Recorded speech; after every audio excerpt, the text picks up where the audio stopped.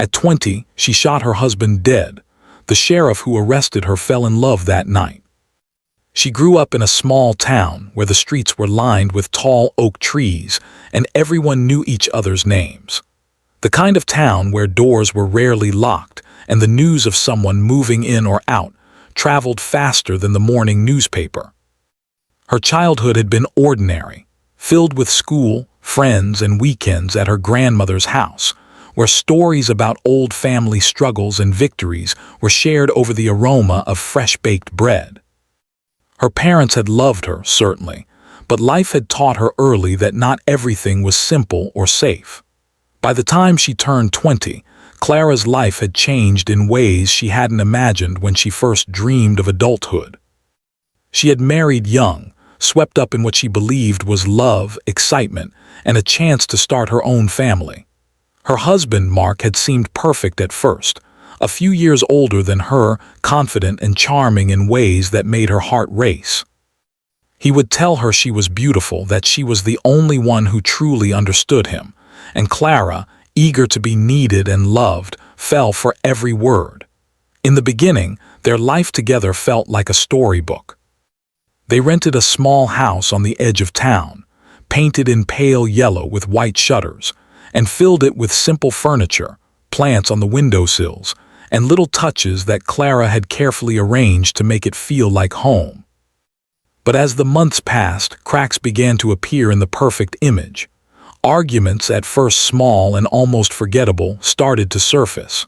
Mark could be impatient, sharp with his words, and sometimes inexplicably angry.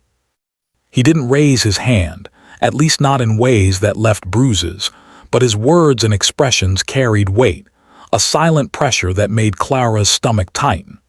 Her friends noticed the changes too. They would ask if she was okay, but she would smile and nod, not wanting to admit that life had grown complicated and heavy. She told herself that every marriage had rough patches, that this was normal, that love sometimes required patience. The house, once a place of comfort, slowly began to feel smaller, the walls closing in with tension that Clara could not ignore. She learned to speak carefully, to anticipate Mark's moods, to avoid saying things that might spark another argument. The laughter that had once filled the rooms became rare, replaced by quiet dinners in silence or conversations that ended abruptly. Her days were spent working part-time at a local bookstore, and the rest at home, reading or trying to keep herself distracted from the gnawing unease that had settled into her chest. Despite all of this, Clara held onto hope. She told herself that love could overcome challenges, that people could change if they tried hard enough. But deep down, she knew something had shifted irreversibly. Her sense of security, the warmth that she had once felt in her marriage, was slipping away like water through her fingers. The arguments were growing longer, more frequent, and sometimes even when Mark wasn't angry, she could feel his disappointment, a silent judgment that made her feel small.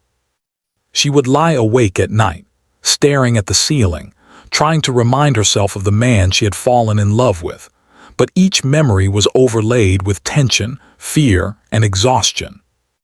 One particular evening, Clara returned home later than usual, her heart heavy after a long day at the bookstore. The sun had dipped below the horizon, casting long shadows across the wooden floors of their small home. Mark was sitting at the kitchen table, his arms crossed, his expression unreadable. "Where have you been?" he asked, his voice calm but cold, the kind of calm that always made Clara nervous.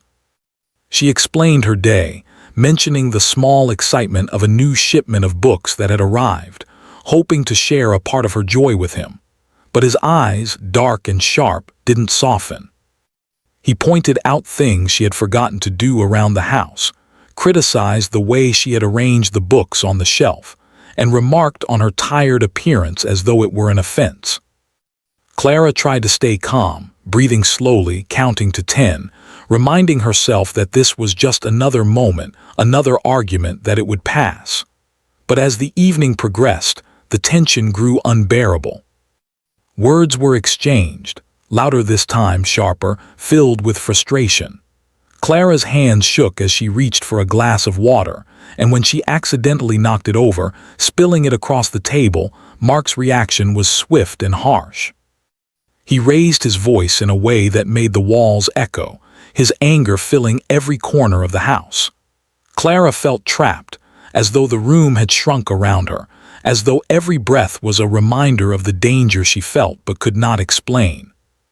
It was not the first time she had felt fear in her own home, but it was the first time that she truly understood how powerless she could feel. She had tried to talk to Mark, to reason with him, to calm the storm with words and gestures, but nothing worked. The love she had once felt now felt like a fragile layer over something darker, a reality she could not deny. Clara began to think about what it would take to protect herself, about how quickly things could spiral out of control.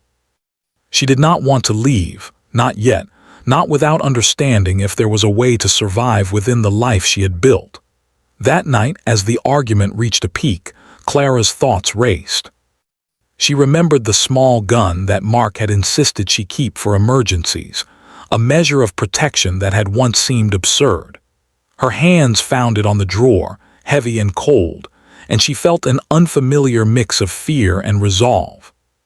She did not want to hurt him, but she knew that if the conflict continued, something irreversible could happen. Her mind, exhausted from months of tension, fear, and uncertainty, focused on the single goal of survival, not just for herself, but for the fragile sense of control she had lost. Clara's story, like so many others in quiet towns and unspoken homes, was one of ordinary life turning extraordinary in the most unexpected ways. Up to that moment, she had lived a life that seemed normal to outsiders. A young woman, married, living in a small house, surrounded by familiar faces and familiar streets. But beneath the surface, the struggle, the fear, and the tension had been growing unnoticed. She had reached a point where the world she knew no longer felt safe, where every decision carried weight, and every second felt like a choice between survival and despair. As the night deepened, Clara sat quietly in the living room, the gun in her hand, her mind racing through possibilities and fears. She thought about the life she wanted to live, a life where she could breathe without fear, where she could smile without tension twisting her chest.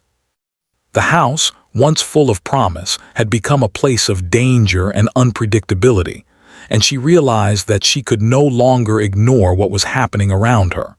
Something had to change, and it was up to her to make the decision, even if it was the hardest decision of her life.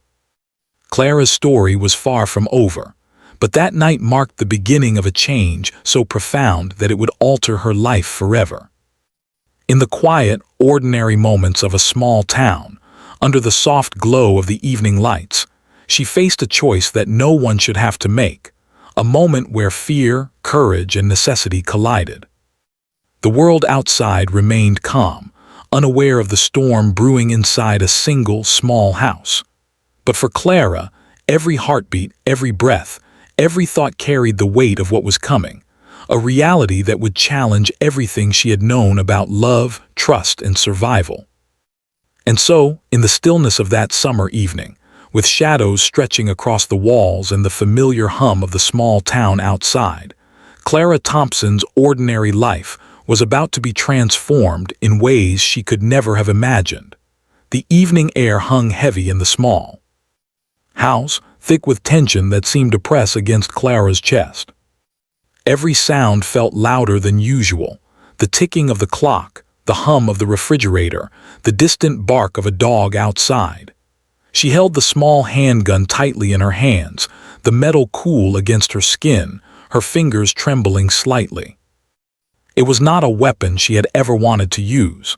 She had kept it because Mark insisted, telling her it was for emergencies, though she had never imagined an emergency like this. And now, as the argument escalated, she realized she might have to make a choice that could change her life forever. Mark's voice rose again, sharper this time, cutting through the air like glass. He stood across the room, his expression a mix of anger and disbelief. Clara's heart pounded so loudly she feared he might hear it over his own shouts. Words had already failed her. Pleading, reasoning, trying to explain her feelings, it had all seemed useless. He was too focused on being right, on asserting control, to notice the fear that shivered through her body. She backed toward the corner of the living room, every step deliberate, every breath measured. She could feel her pulse in her temples, her hands shaking around the gun, the weight of the situation settling deep in her chest. She remembered the countless moments that had led to this night. The arguments that started small and ended with lingering anger. The nights she cried quietly after he had gone to bed. The times she had forced a smile even when her stomach twisted with worry. She had tried to ignore it, telling herself it was just stress, that every marriage had tough moments. But the tension had grown until it filled every corner of the house, until even the walls seemed to hold the echoes of conflict. Now, in the silence that followed his last angry words, Clara realized that ignoring it was no longer possible. She could not simply wait and hope it would end on its own. Mark stepped closer, his eyes flashing with frustration. "Clara, why are you being like this?" he demanded, his voice low but sharp. Clara's throat felt dry, words stuck somewhere between fear and determination. She knew he would not back down, not tonight. She had tried to explain herself before, but tonight, it was clear that he could not hear her. The tension had reached a point where nothing would calm him, nothing could change the storm that had built inside him. Clara's mind raced, searching for a way out, searching for a way to protect herself from the anger that seemed to radiate from him like heat from a fire. And then it happened. Mark's hand swung toward her, not hard enough to leave a mark, but fast enough to make her flinch. Clara's reaction was immediate. In that split second, her fear, her months of stress, and her need to survive converged into a single act of self-protection. The gun went off. The sound echoed through the small house, louder than any words had ever been. Clara's eyes widened in shock, her hands trembling violently.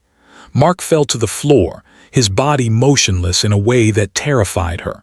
She dropped the gun, the clatter loud in the silent room, and felt a wave of disbelief wash over her.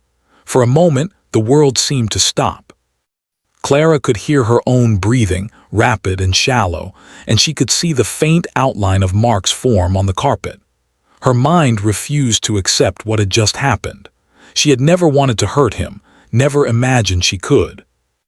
And yet here she was, staring at a moment that would change everything. The fear that had been simmering inside her for months erupted into panic. She backed away slowly, trying to make sense of the situation, trying to understand how an ordinary evening had turned into something so terrifying and irreversible. Clara's thoughts were chaotic. She remembered her grandmother's advice about staying calm in emergencies, about taking a deep breath before acting. She tried to follow it, even as her body shook uncontrollably. The first thing she did was call for help, dialing the number she knew by heart. The voice on the other end was calm but serious, asking questions she could barely answer. She kept repeating the same words, unable to form full sentences, her mind struggling to reconcile the reality of what had just occurred. Within minutes, the sound of sirens reached her ears, growing louder as they approached. Clara's chest tightened as she heard the knock on the door. She knew that the law would arrive soon, that someone would have to take charge of the chaos that had overtaken her home. When the sheriff's deputy, Ethan Miles, arrived, he moved with careful precision. He had seen emergencies before, but the sight of a young woman standing frozen in her living room, wide-eyed and shaking, holding the aftermath of a tragic act, demanded a gentleness that was difficult to maintain. Ethan's voice was calm and steady, a guide through the storm of fear and confusion. "Ma'am, step away from the room slowly. Can you do that for me?" he asked. Clara nodded, her fingers still trembling, and moved carefully toward the doorway. Every step felt surreal, as though she were moving through someone else's life. Ethan noticed the tears in her eyes, the way she held herself, the raw fear that seemed to radiate from her every movement. He did not see a criminal. He saw a frightened young woman who had acted out of desperation, whose life had been turned upside down in a single moment. Once she was safely outside, handcuffed and guided into the patrol car, Clara's emotions shifted again. Relief, fear, guilt, and confusion battled within her. The reality of what she had done began to sink in. Ethan drove her to the station quietly, giving her space while maintaining professional control of the situation. Clara could hear the faint sound of the engine, the steady rhythm calming her slightly, though not enough to stop the rapid beating of her heart. She thought about the life she had left behind in that small house, the life that had seemed ordinary just hours earlier, and the irrevocable change that had occurred in a single evening. At the station, the processing was routine but emotionally overwhelming. Clara answered questions in short, careful sentences, her voice barely above a whisper. Every word reminded her of the reality she faced. Every glance of the officers reinforced that nothing would be the same again. She was not prepared for the next steps, for the legal procedures, the interviews, or the judgment she feared from the people around her. The small town she had grown up in felt far away, almost imaginary, compared to the cold reality of fluorescent lights and official documents. Despite the overwhelming fear and guilt, Clara noticed Ethan's presence. Even as a law enforcement officer doing his job, there was a subtle humanity in the way he treated her. He did not yell or judge. He spoke clearly, listened, and ensured she was safe. It was not compassion in the abstract. It was the careful observation of someone who recognized the complexity of the human experience. In that quiet professionalism, Clara felt a strange, unexpected sense of relief. Someone acknowledged her fear, her trauma, and her need to survive without adding to her panic or shame. That night, as Clara sat in the holding area, alone except for the quiet footsteps of the staff, she thought about the life she had known and the life that now seemed impossible. She remembered the small joys, the mornings she had spent reading on the porch, the afternoons at the bookstore, the quiet evenings when she had felt safe in her own home. All of it felt distant, almost unreal compared to the sharp, vivid reality of what had happened in just a few minutes. The shock, the adrenaline, and the gravity of the situation made every moment stretch out unnaturally, leaving her feeling suspended between fear and disbelief. And yet, despite the fear and confusion, a small part of Clara understood something vital. She had acted to protect herself. The choice had been hers, forced by circumstance, guided by survival instinct. Though it was terrifying and uncertain, it was hers, and in that understanding lay the first seeds of clarity in the chaos. Her life had changed forever, but she was still there, still breathing, still facing the consequences with the fragile courage she could muster. As the night stretched on, the outside world quiet and unaware of the drama in the small town, Clara Thompson's life hung in a delicate balance. One evening, one argument, and one desperate act had transformed her ordinary existence into something extraordinary, dangerous, and irreversible. The journey ahead would be filled with questions, investigations, and emotional turbulence, but this moment, the instant that fear and courage collided, would remain forever etched in her memory. And so, in the quiet of a small, ordinary town, under the dim lights of a police station, Clara sat trembling, aware that her life had irrevocably changed, unsure of what the future held, yet facing it with the fragile human strength that had brought her this far.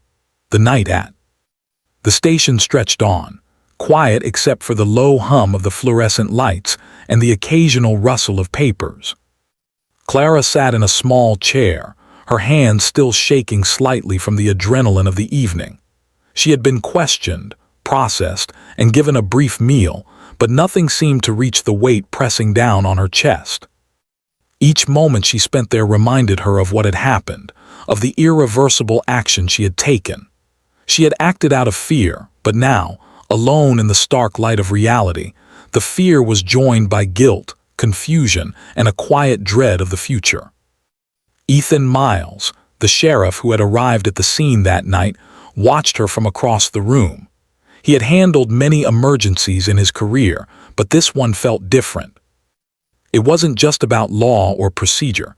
It was about a human being caught in a situation no one should ever face. Clara's eyes, wide and trembling, held a raw honesty that struck him. He didn't see a criminal. He saw a young woman who had survived a terrifying moment. Her fear, her vulnerability, and her courage were all on display, and he felt an unexpected pull to help her, not as a lawman enforcing rules, but as a person recognizing another person's humanity.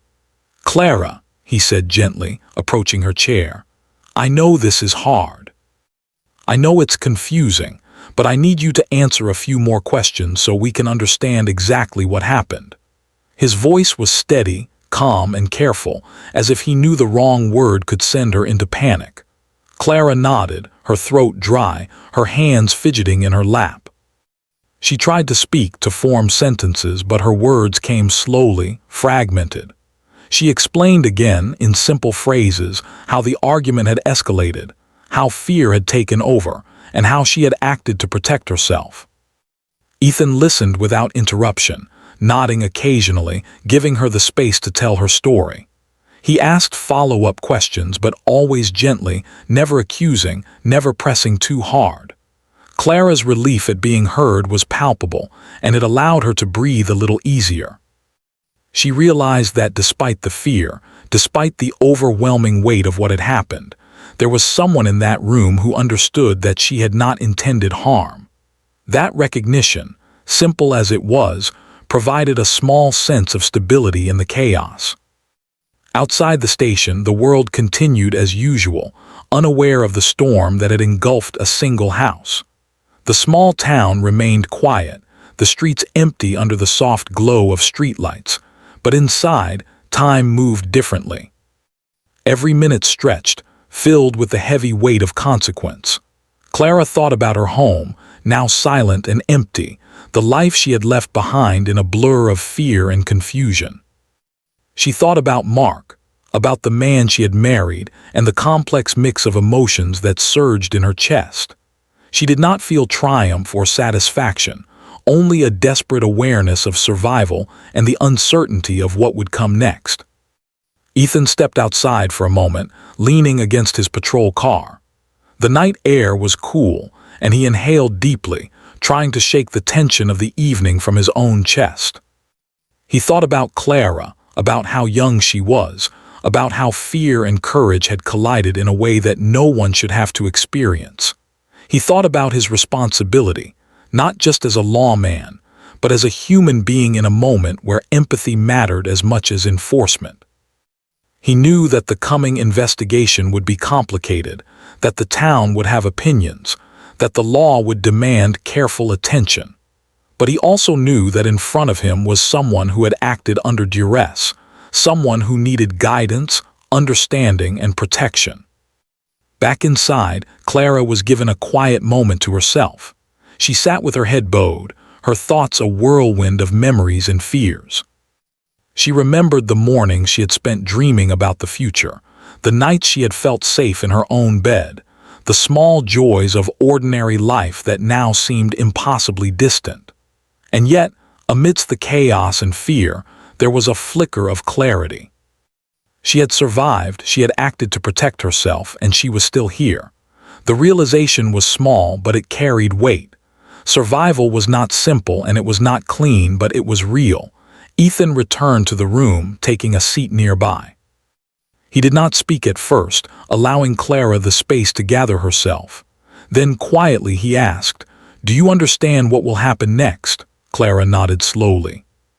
She had been told that there would be legal procedures, interviews, and investigation, but hearing it again, calmly, from someone who seemed to care about her understanding, made the information more manageable. It was not comforting, it was reality, but at least she could face it with some sense of guidance. Over the next few hours, the investigation began in earnest.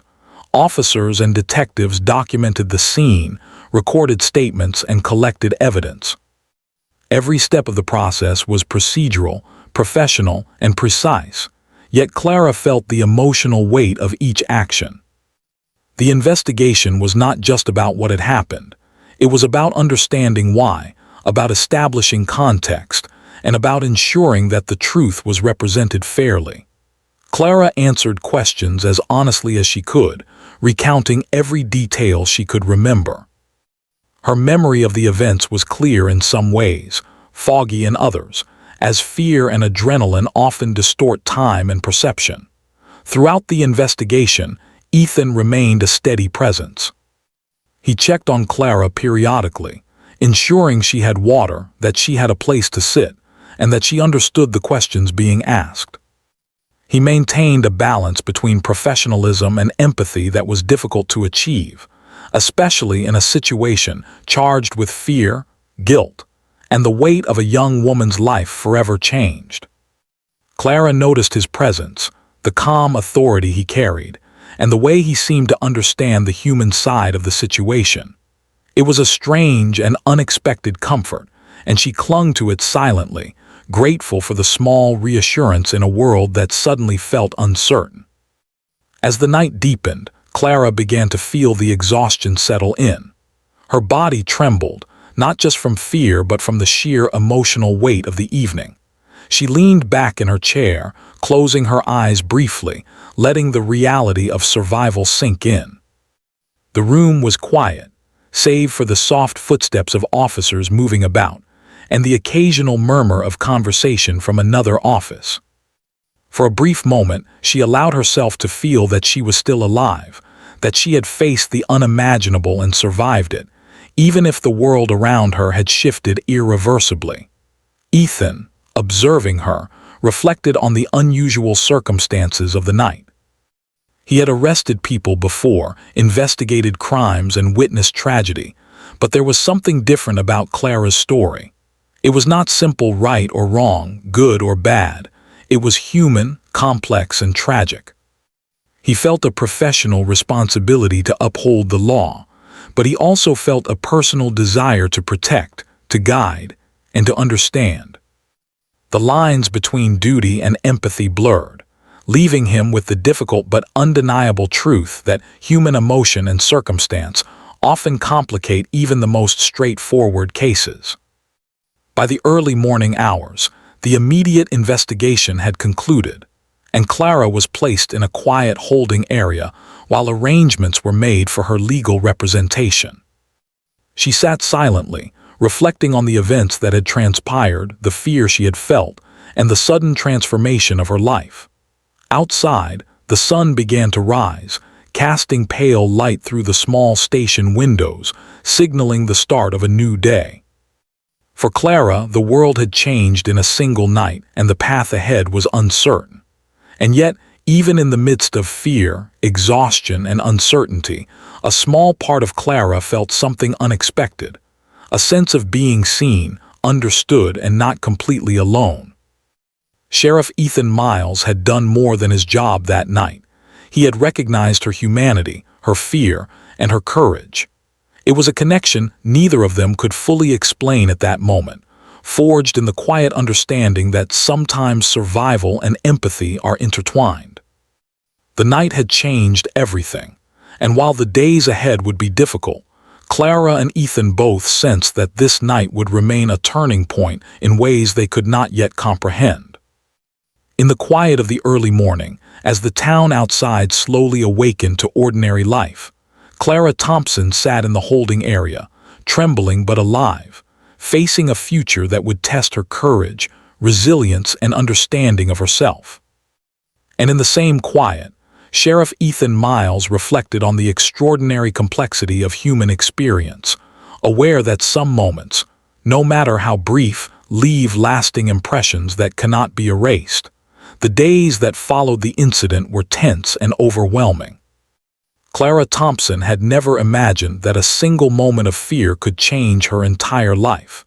Yet here she was, navigating the complicated reality of law, investigation, and human emotion. She spent long hours in the small, quiet office of the sheriff's department, answering questions from detectives who were thorough but professional. Every detail mattered: the placement of objects in her home, the exact words exchanged during the argument, and the timeline of events. Clara told her story repeatedly, each retelling chipping away at the numbness that had held her in the immediate hours after the shooting. She struggled with her emotions. Fear, guilt, relief, and exhaustion mingled in a storm she could not easily untangle. She remembered her childhood, the days when life had felt simple and safe, and contrasted it with the current reality, where the weight of survival and consequence pressed heavily upon her. Yet in the midst of this whirlwind, there was someone who made the process slightly less unbearable: Sheriff Ethan Miles. He was always present in the background, checking on her quietly, ensuring she had what she needed, and sometimes offering a gentle word of encouragement. His presence was not intrusive; it was a steadying force in the chaos. Ethan had spent years on the force, and he had seen countless tragedies, but Clara's story affected him differently. It was not simply about enforcing the law. It was about understanding human vulnerability, fear, and courage. He could see in her eyes the trauma of someone forced to act out of desperation, and he respected the honesty with which she shared every detail. Over long hours of interviews and statements, he began to feel a subtle but undeniable bond forming. Not romantic in the conventional sense, not yet, but a deep awareness of another human being's struggle that resonated within him in ways he had not expected. During one of the sessions, Clara broke down in tears. The detectives had asked her to recount the exact sequence of events, and despite her careful memory, the flood of emotions overwhelmed her. Ethan, who had been observing quietly, stepped closer, offering a tissue and a calm presence. "It's okay," he said softly. "Take your time. You're doing fine. Just tell it as you remember." The simple words grounded Clara in the moment. She felt seen, heard, and understood, and it allowed her to breathe, if only slightly, through the storm of guilt and fear that weighed on her. Clara began to reflect on the months leading up to that fateful night. She remembered the small arguments that had grown into bigger fights, the quiet intimidation she had once tried to ignore, and the growing fear that had settled into her daily life. She recounted the moments when Mark's words had cut deeper than any physical harm could, the nights she had spent lying awake, unsure of what would happen next, and the mounting pressure that had led to her desperate act of self-preservation. With each word, the detectives recorded the details, but Ethan's quiet attention reminded her that someone understood the human complexity of her experience. The investigation also revealed the hidden aspects of Clara's life that few outsiders knew. Friends and neighbors were interviewed, and patterns of behavior became clear. Mark had been controlling, his temper unpredictable, and his expectations rigid. While he had not physically harmed Clara in ways that left visible marks, his presence had created an environment of fear and anxiety. This understanding helped contextualize Clara's actions. They were not the actions of someone seeking violence. They were the actions of a young woman protecting herself in a situation that had spiraled beyond her control. As the investigation unfolded, Ethan spent more time with Clara, not just as a lawman, but as someone invested in her well-being. He guided her through procedural steps, explained what each interview or document meant, and ensured that she understood the process. His care was subtle, professional, and deeply human.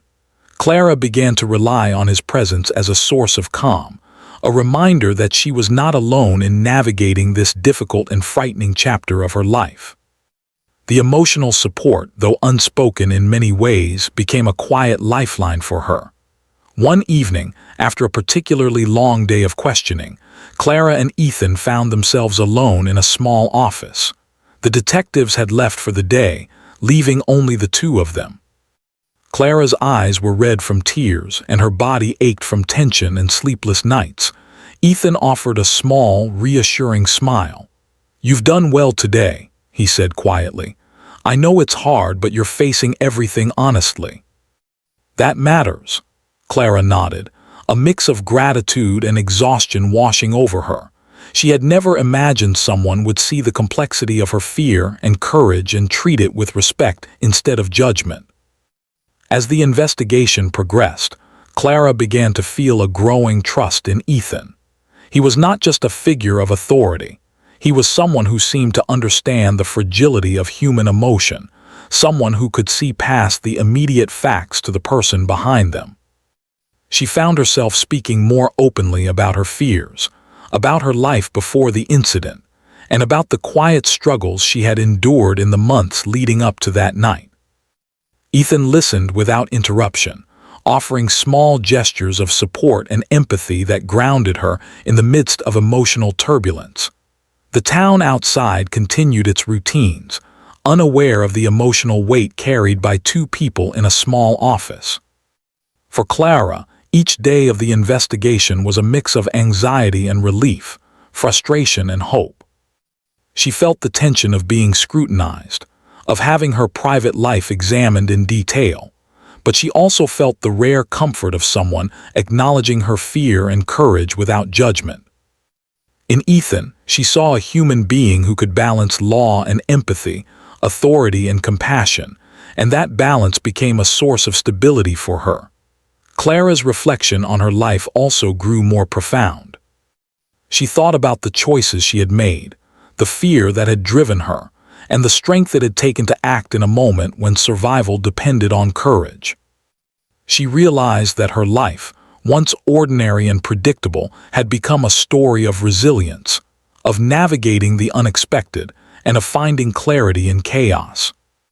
The incident had forced her to confront the realities of human behavior, the complexities of love, fear, and protection, and the fragility of safety in ways she had never anticipated.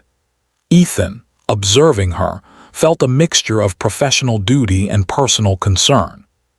He understood that his role was to uphold the law, but he also recognized the human story unfolding before him.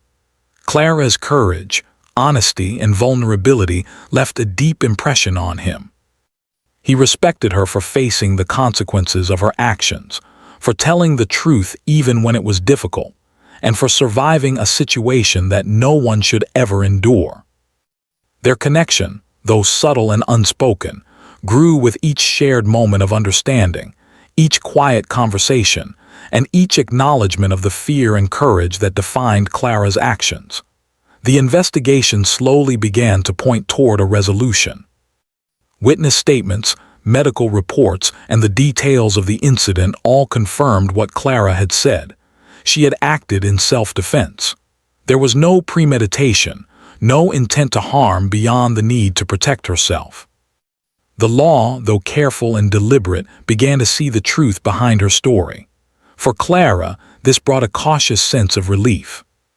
The fear of being judged unfairly, of facing consequences that did not match her intentions, began to ease, replaced by a fragile hope that she might survive this ordeal with her integrity intact. In the quiet moments after interviews and statements, Clara and Ethan often spoke in low voices, sharing small observations about life, the town, and human behavior.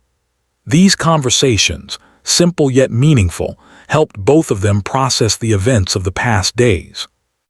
Clara realized that even in the darkest moments, human connection could provide comfort and understanding.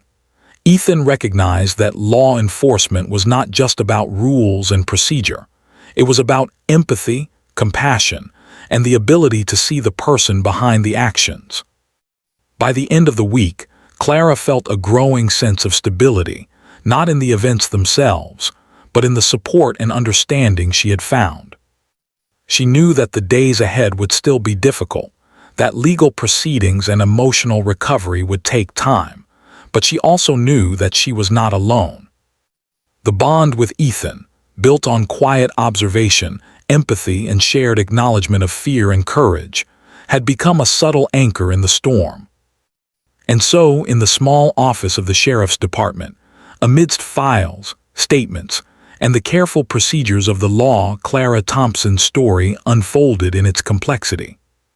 It was not a tale of triumph or tragedy alone, but a story of human resilience, honesty, and the fragile, quiet connections that help people endure the most difficult moments. The investigation had revealed more than just facts.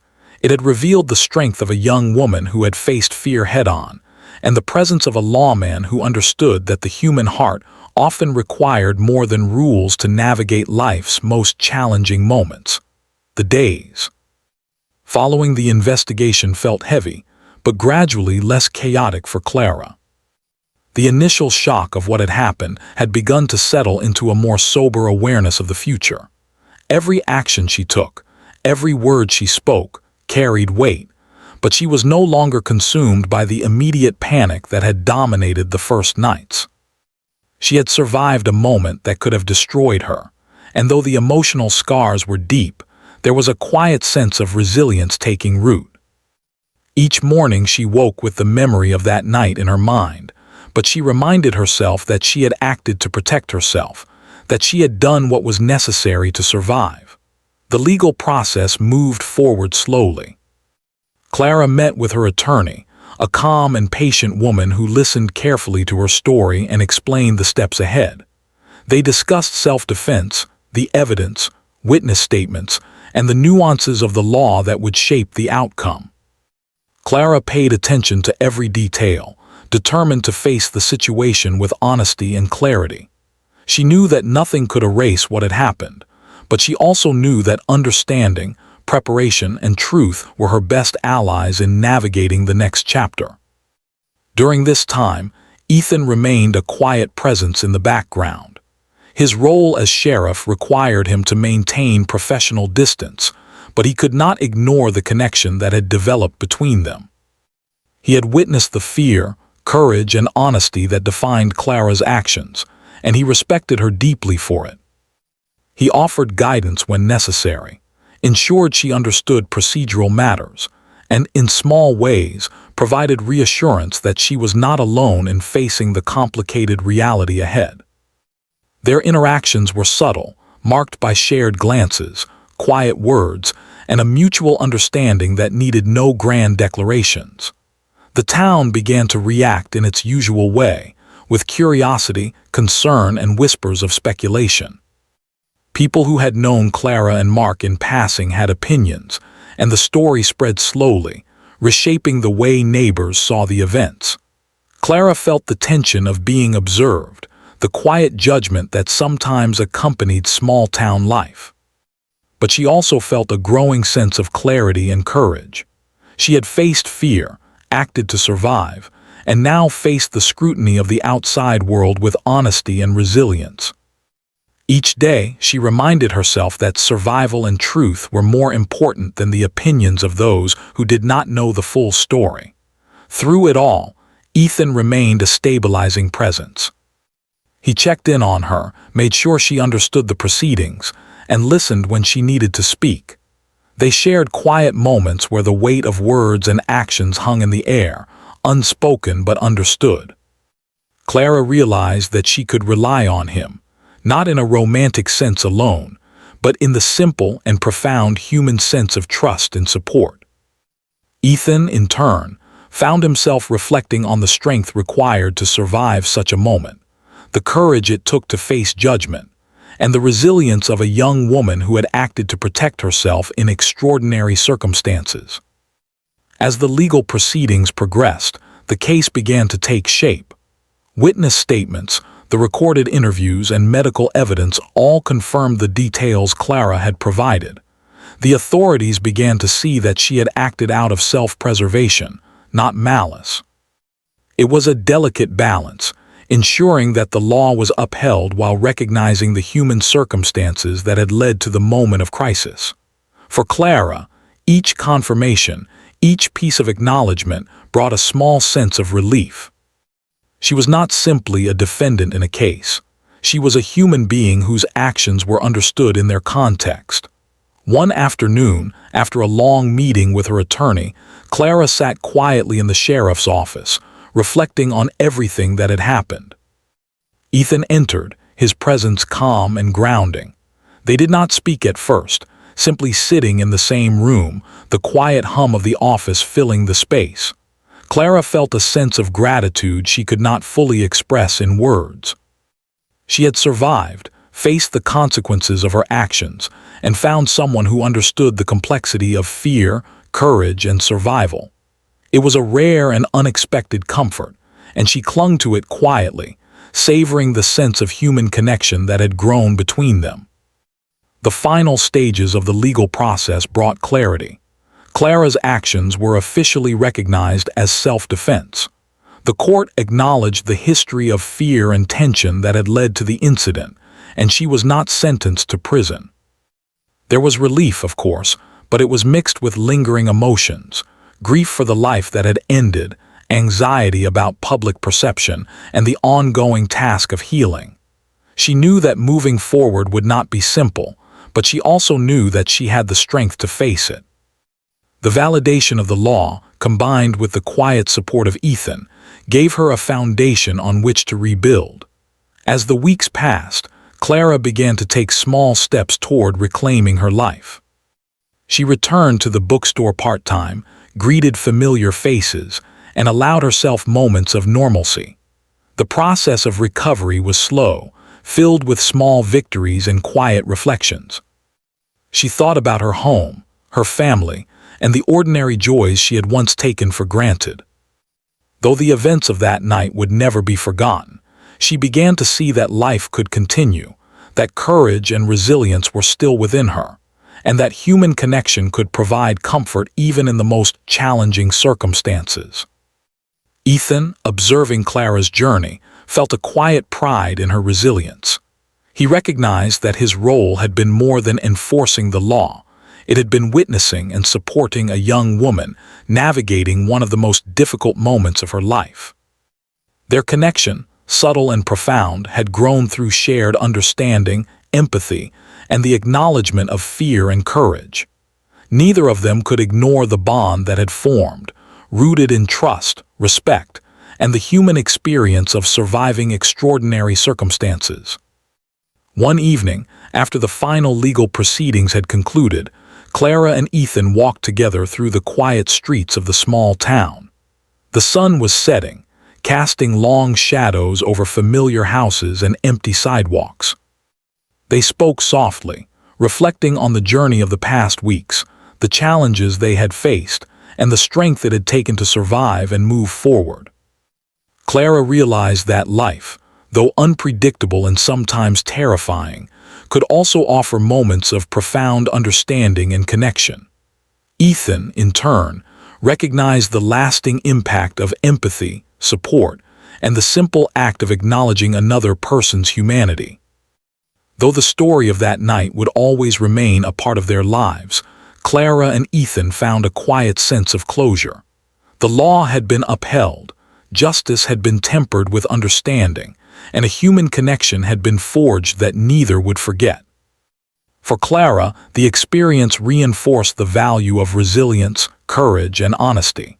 For Ethan, it reinforced the importance of empathy, observation, and the recognition that the human experience often defies simple categorization. As Clara began to rebuild her life, she carried the lessons of that night with her. The understanding that fear could drive extraordinary action, that courage could be quiet yet profound, and that human connection could emerge in unexpected places. Ethan remained in her life, not as a simple figure of authority, but as a trusted presence, someone who had witnessed her journey, respected her humanity, and shared a bond forged in the most unlikely of circumstances. Their relationship was subtle, unspoken in many ways, yet profoundly real. In the small town, life returned to a sense of normalcy. Streets were quiet, neighbors went about their routines, and the rhythm of everyday life resumed. But for Clara, the events of that summer had changed everything. She understood the fragility of safety, the weight of fear, and the courage required to survive. She also understood that human connection, quiet, empathetic, and unassuming, could provide comfort and strength when it was needed most. Clara Thompson's story, once ordinary and unremarkable, had become extraordinary. It was not a tale of heroism in the conventional sense, nor was it a story of triumph over adversity in the traditional way. It was a story of survival, of courage, of navigating fear with honesty and resilience. It was a story of human connection, of empathy, and of the understanding that sometimes the most profound relationships are forged in moments of crisis. As the sun rose on a new day, Clara felt a quiet strength within her.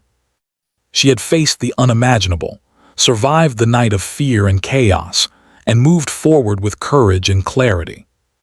She had learned that life could be both fragile and resilient, terrifying and beautiful, and that human connection could emerge even in the most unexpected circumstances. Ethan remained a part of that journey, a silent witness to her courage, and a reminder that understanding, empathy, and support could help a person endure even the darkest moments. And so, with the legal process concluded and the emotional storm beginning to calm, Clara Thompson stepped into her new life.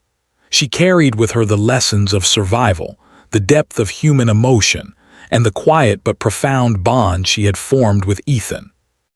The night that had changed everything would never be forgotten, but it had also opened the door to understanding, resilience, and the enduring strength of the human spirit.